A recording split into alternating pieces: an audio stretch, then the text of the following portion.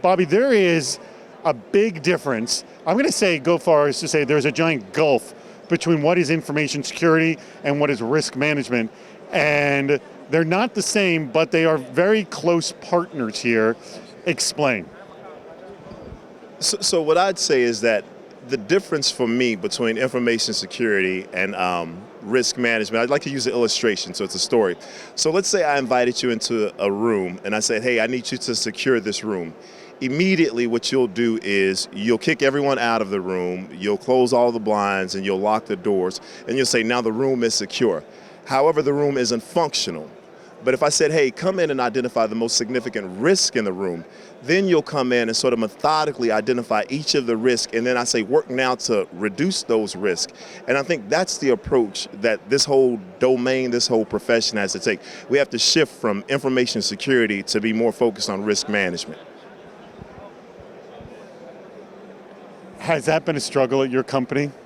Oh, I think it's not only has it been a struggle at the company, I think it's a struggle within the industry. Oh, I know that, but I want to talk about your personal conversations, because you must deal with this constantly. Yes. So, and when I say industry, right, the reason why I don't want to just reduce it to my company is because I've been fortunate to be CISO at several organizations, and it's consistent across the board. And I think that the onus on that transition, the onus on that transformation for all organizations is on the security professionals. Right, and you brought this up and I know that John went after you at this on our podcast. So Bobby was my guest co-host when we did the podcast here in Tel Aviv, and you said something that was contrary to what a lot of people say. And actually, by the way, I got a really good comment. Actually, I would love your thoughts on this. Richard Rushing, who's the CISO of Motorola Mobility, who I also interviewed, he said, I do want to own the risk for this reason. Okay.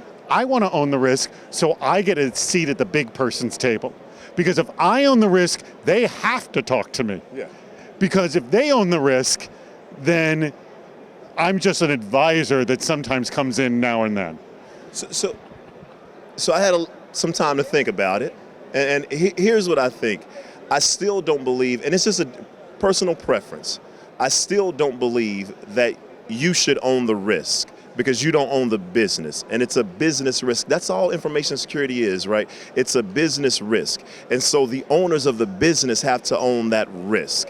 What you do is you help them manage the risk. So you identify, right, the risk. But he was going controls in place. Well, that's what we normally talk about on the show. Yeah. But didn't you say that you wanted to own the risk, or now you're said, changing your tune? No. I've stuck by that. I said I do not want to own the risk. As a matter of fact, I said that as the information security professional, you cannot accept risk on behalf of the business. And if you can't accept the risk, you don't own the risk. Was it John then that said he wanted to own? I think okay, so I'm getting the two of you backwards. Yeah. So my apologies on that. No worries.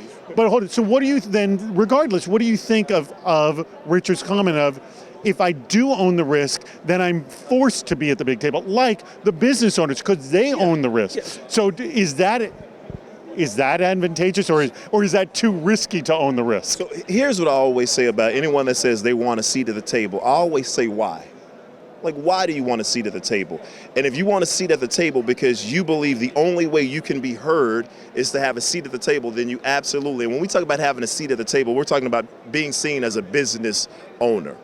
Right, so if that's why, and that you feel like you can only be impactful by having a seat at the table and having a voice in that manner, right, through that vehicle, then by all means, like, take your seat at the table. However, if you feel like you can be as impactful, right, in delivering messages, right, getting your point across without ever being at the table, use that time to do something else.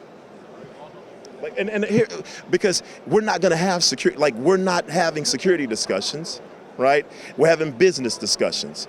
And so I only want to be there if I can contribute to the business discussions, meaning that I'm contributing more than just information on cyber. Well, and we hear this all the time, that the CISO really needs to understand the business. We talk about this constantly. So, and so let me ask you, of your years, first of all, how long have you been at Unilever? So I've been at Unilever for 2 years now, almost 2 years. How much did you understand business day one versus today?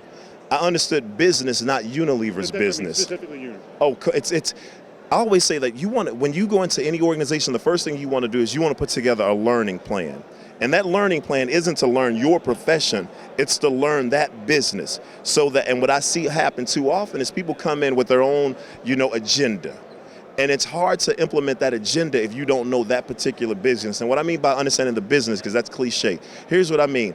Understanding what are the critical business activities at like a fundamental level.